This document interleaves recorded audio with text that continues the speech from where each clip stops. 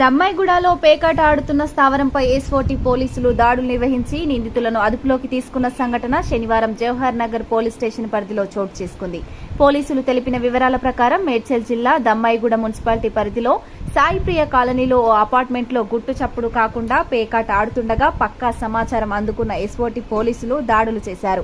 వారి వద్ద నుండి 2 లక్షల నగదు, 10 సెల్ ఫోన్లు, ప్లేయింగ్ కార్డ్స్ ను స్వాధీనం చేసుకుని జవహర్ నగర్ పోలీస్ స్టేషన్ కు తరలించారు. ఈ 10 మందిలో 9 మంది బిల్డర్లు కాగా ఒకరు దమ్మాయిగూడ 12వ వార్డుకు చెందిన కౌన్సిలర్ భర్త పండాల యాదగిరి గౌడ్ ఉండటం విశేషంగా అనిపిస్తోంది.